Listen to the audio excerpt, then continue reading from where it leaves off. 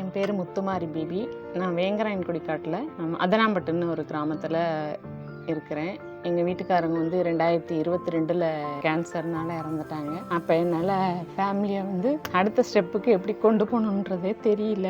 ரெண்டுமே டீனேஜ் பிள்ளைங்க. அப்போ அடுத்த ஸ்டெப்புனா முடிஞ்சிருச்சு லைஃப், இதோட என்னால் அதுக்கு மேலே வாழ தெரியாது.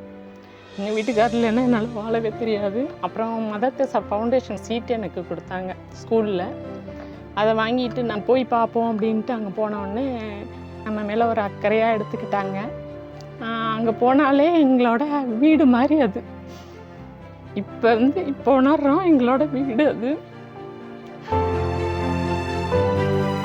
நலத்திட்டங்கள் மதர் தெரேசா ஃபவுண்டேஷன் மூலியம் நாங்கள் அடைஞ்சிருக்கிறோம். சர்டிஃபிகேட் எல்லாமே கிடைக்கும், எங்களுக்கு ஃப்ரீயாக கிடைக்கும்.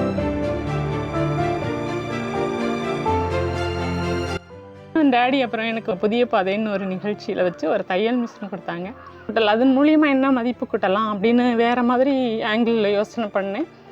அப்போ வந்து டிசைனிங் ப்ளவுஸ் கொஞ்சம் ஆர்டர் எடுத்து தைச்சேன். எனக்கு தையல் சொல்லி கொடுக்கலாம் அப்படின்னு ஒரு ஆர்வம் வந்து சொல்லி கொடுத்துட்டு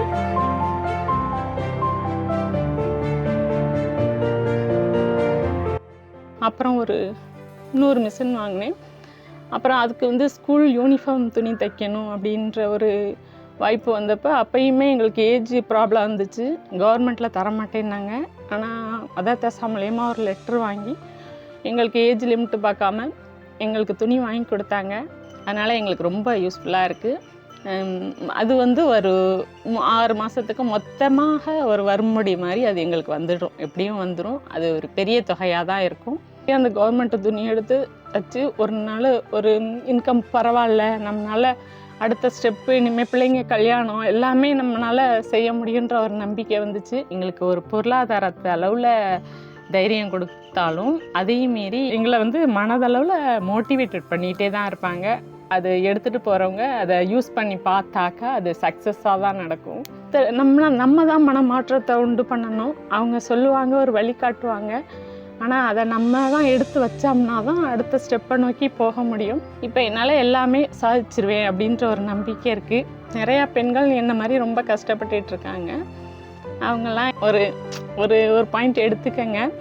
ஏன்னா நம்ம அடுத்த ஸ்டெப்பை எப்படியாவது எடுத்து வச்சாதான் இந்த உலகத்தில் வாழ முடியும். பிள்ளைங்க நம்மளை பார்த்துட்டு பிள்ளைங்க மனசு உடஞ்சிடக்கூடாது. நம்ம தான் மாற்றத்தை கொண்டு வரணும். அவங்க ஹெல்ப் இருக்கிறப்ப நம்ம அந்த மாற்றத்தை நம்ம எடுத்து முன்னாடி வைக்கணும். எனக்கு ரொம்ப சந்தோஷமாக இருக்குது. மதர் தெரேசாவில் நான் இணைஞ்சு என்னோடய குடும்பத்தோடு பயணிக்கிறேன் அப்படின்றதுல ரொம்ப பெருமையாக இருக்குது எனக்கு. எங்கள் வீட்டுக்காரங்கெல்லாம் இறக்குறப்ப நாங்கள் விதவையாக பிறக்கிறோம். ஆனால் எங்கள் டேடி வந்து சாதனை பெண் அப்படின்ற ஒரு பட்டம் கொடுத்துருக்காங்க. நாங்களும் இப்போ அதை சாதனை பெண்கள் அப்படின்னு சொல்லி அந்த விதவைகளையும் மறக்கிறோம். சாதனையாளர்களை என்னென்ன சாதனை செய்ய முடியுமோ அதெல்லாம் நாங்கள் செய்ய ஆர்வமாக இருக்கிறோம். இப்போ நிறையா ஒரு மாற்றம் எங்களுக்குள்ளாரையே தெரியுது. நம்ம மாறினா மட்டும்தான் மாற முடியும். அதனால் இந்த மதர் தெரேசா ஃபவுண்டேஷனை வந்து எங்களுக்கு அடுத்த ஒரு வாழ்க்கை இருக்குது அப்படின்றத சொல்லி கொடுத்ததுக்கு மிக்க நன்றி. ரொம்ப வலிமையாக இருக்கிறோம். டேடி அவர்களுக்கும் நாங்கள் உள்ள ஒர்க்கர்ஸ் அனைவருக்கும் ரொம்ப நன்றி சொல்கிறோம்.